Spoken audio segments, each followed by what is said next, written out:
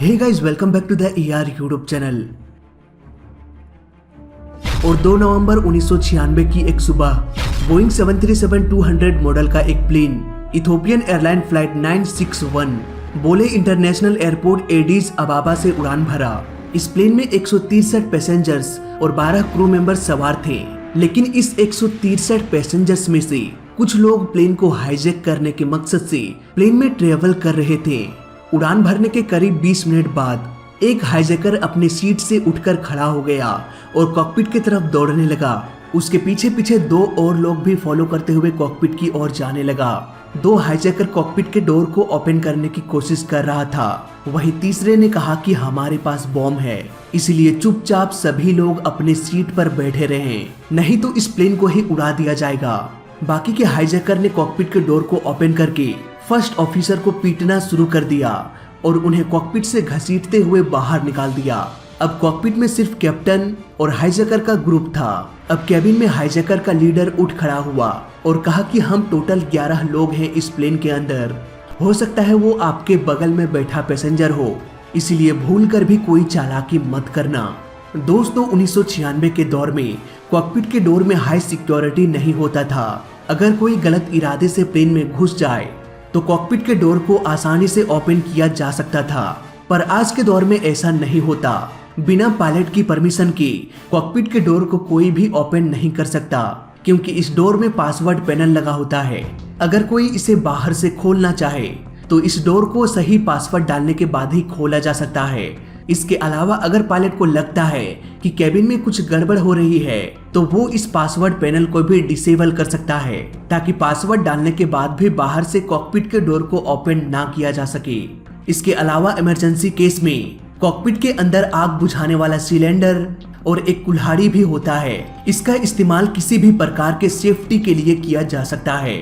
For example, अगर cabin में आग लग जाए तो पैसेंजर्स को बाहर निकालने के लिए कई सारे एग्जिट डोर्स होता है, लेकिन अगर बात करें पायलट की तो उनके पास कोई भी ऐसा डोर नहीं होता जिससे वो डायरेक्टली प्लेन के बाहर निकल सके।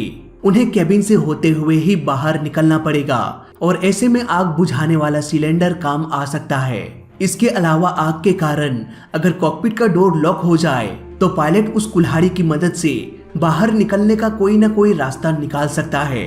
और ये तो सिर्फ एक एग्जाम्पल है, ऐसे ही बहुत सारे कामों में इसका यूज किया जा सकता है और इस पर मैंने एक डिटेल वीडियो भी बना रखा है, लिंक आपको मैं डिस्क्रिप्शन में दे दूंगा। फिलहाल आते हैं पॉइंट पर। हाईजैकर्स ने आसानी से प्लेन पर कब्जा कर लिया। कॉकपिट में रखे कुल्हाड़ी और सिलेंडर को भी हाईजैकर्स ने जब्त कर लिया और कहा कि इस प्लेन के डेस्टिनेशन को चेंज करके ऑस्ट्रेलिया ले चलो। दोस्तों, अगर हम मैप में ध्यान दें तो इस प्लेन को इथोपिया से उड़ान भरना था और केन्या के एक international airport Jomo Kenyatta international airport में लैंड करना था।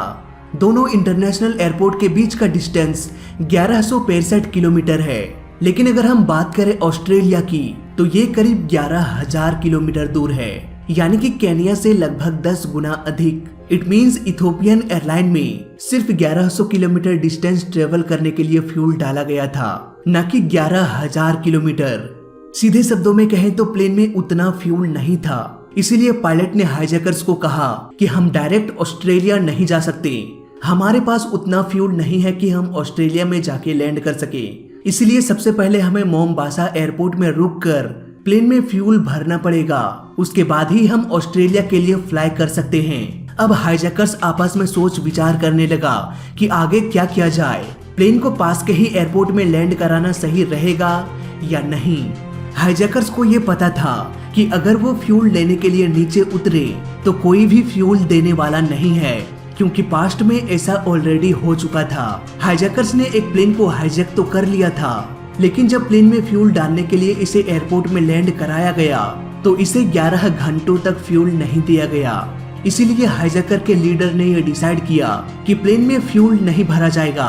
लीडर को लगा कि पायलट हमें बेवकूफ बनाने की कोशिश कर रहा है। ऐसा उसे इसीलिए लगा क्योंकि वो इस प्लेन के बारे में काफी रिसर्च करके इसे हाईजैक करने का डिसीजन लिया था, लेकिन अफसोस उसके रिसर्च में बिल्कुल भी दम नहीं था। लीडर ने सिंपली ये पता किया था कि जिस प्लेन को हम हाईजैक करने वाले हैं वो मैक्सिमम 11 से 12 घंटे तक उड़ान भर सकता है। लेकिन उसे बिल्कुल भी ये आइडिया नहीं था कि प्लेन में फ्यूल उसके डिस्टेंस के अनुसार डाला जाता है, चाहे फ्यूल टैंक खाली ही क्यों न रह जाए। अब हाईजैकर अपने जिद में अड़ गया और कैप्टन को फोर्स करने लगा कि तुम्हें ऑस्ट्रेलिया जाना ही पड़ेगा, वो भी बिना फ्यूल लिए। चुपचाप प्लेन को वहां तक ले चलो, नहीं तो हम इसे बॉम्ब से उड़ा देंगे। कैप्टन बार बार ये बताता रहा कि ऑस्ट्रेलिया तो दूर की बात, हम उसके आधे दूरी पर भी नहीं पहुंच सकते बिना फ्यूल लिए। इस पर लीडर का जवाब आया कि चलो ठीक है, जहां तक प्लेन जाता है चलने दो, उसके बाद का बाद में देखेंगे। दोस्तों, ये एक प्लेन है, कोई गाड़ी नहीं कि आधे रास्ते में अगर फ्यूल खत्म हो जाए तो दूसरी गाड़ी पकड़ के वहां से निकल ले। ऐसा प्लेन के साथ नहीं किया जा सकता। लेकिन हाईजैकर्स इस बात को समझने के लिए तैयार नहीं थे।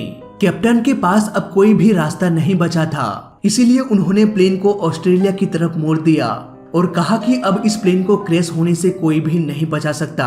100% ये प्लेन क्रैश हो जाएगा। लेकिन कैप्टन कहीं न कहीं एक उम्मीद की किरण ढूंढ रहा था कि कैसे इस प्लेन को बचाया जा सकता है। प्लेन में बैठे बेकसूर पैसेंजर्स की जानें कैसे बचाई जा सकती है। दोस्तों, यहाँ पर कैप्टन ने एक चालाकी पहले ही कर दिया था। जब उन्हें लगा कि केबिन में कोई टेररिस्ट घुस आया है और किसी भी वक्त ये प्लेन हाईजैक हो सकता है, तभी उसने एटीसी को सब कुछ बता दिया कि हमारा प्लेन कभी भी हाईजैक हो सकता है। सभी हाईजैकर्स को लगा कि अब ये प्लेन हमारे कंट्रोल में है, इसलिए वो लोग कॉकपिट से बाहर निकलकर केबिन में एक अनाउंसमेंट किया कि अब ये प्लेन सीधा ऑस्ट्रेलिया में रुकेगा। नाउ इस वक्त कैप्टन कॉकपिट में अकेले थे। इस मौके का फायदा उठाते हुए उन्होंने तुरंत एटीसी को बताया कि हम ऑस्ट्रेलिया की तरफ फ्लाई कर रहे हैं और किसी भी वक्त हमारा फ्यूल खत्म हो सकता है और ये भी हो सकता है कि मैं आपसे कांटेक्ट नहीं कर पाऊं। कैप्टन को बात करते हुए हाईजैकर के लीडर ने देख लिया और गुस्सा होकर बुरी तरह से कैप्टन को पीटना शुरू कर दिया। पायलट ये कहता रहा कि हमारे पास सिर्फ 2 घंटे का फ्यूल है, हम कभी भी वहां तक नहीं पहुंच सकते, इसलिए अब भी वक्त है, इस प्लेन को मोम्बासा एयरपोर्ट में लैंड करा देते हैं। लेकिन लीडर ये मानने को तैयार ही नहीं था और गुस्से से प्लेन के कंट्रोल्स को किक करने लगा। कभी वो प्लेन के रडार पेडल को किक करता तो कभी वो प्लेन के योक को धकेल कर इधर उधर करने लगता। कैप्टन बार बार ये समझाता रहा, फ्यूल इंडिकेटर को दिखाता रहा कि प्लेन के टैंक में फ्यूल कभी भी खत्म हो सकता है, इसलिए कम से कम प्लेन के कंट्रोल्स को तो छोड़ दो। अगर ऐसा करोगे तो प्लेन का स्पीड धीमा हो सकता है, प्लेन स्टॉल कंडीशन में भी जा सकता है। पर ये सब बातें उसके समझ से परे था। वो प्लेन के कंट्रोल से इस तरह से खेल रहा था मानो कोई बच्चा अपने खिलौने से खेल रहा हो। प्लेन कभी लेफ्ट तो कभी राइट, कभी आगे तो कभी पीछे की ओर झुक रहा था। इस वक्त प्लेन का एल्टीट्यूड लगभग 35,000 फीट था। इसी दौरान प्लेन का एक इंजन बंद हो गया और केबिन में एक रेड वार्निंग मैसेज आने लगा। ये सब देखकर वो लीडर कॉकपिट से बाहर चला गया। अब फिर से कैप्टन को मौका मिल गया अपना माइक्रोफोन यूज करने का। उन्होंने एक अनाउंसमेंट किया, लेडीज एंड जेंटलमैन, मैं आपका कैप्टन बोल रहा हूँ। प्लेन के टैंक में फ्यूल खत्म हो चुका है।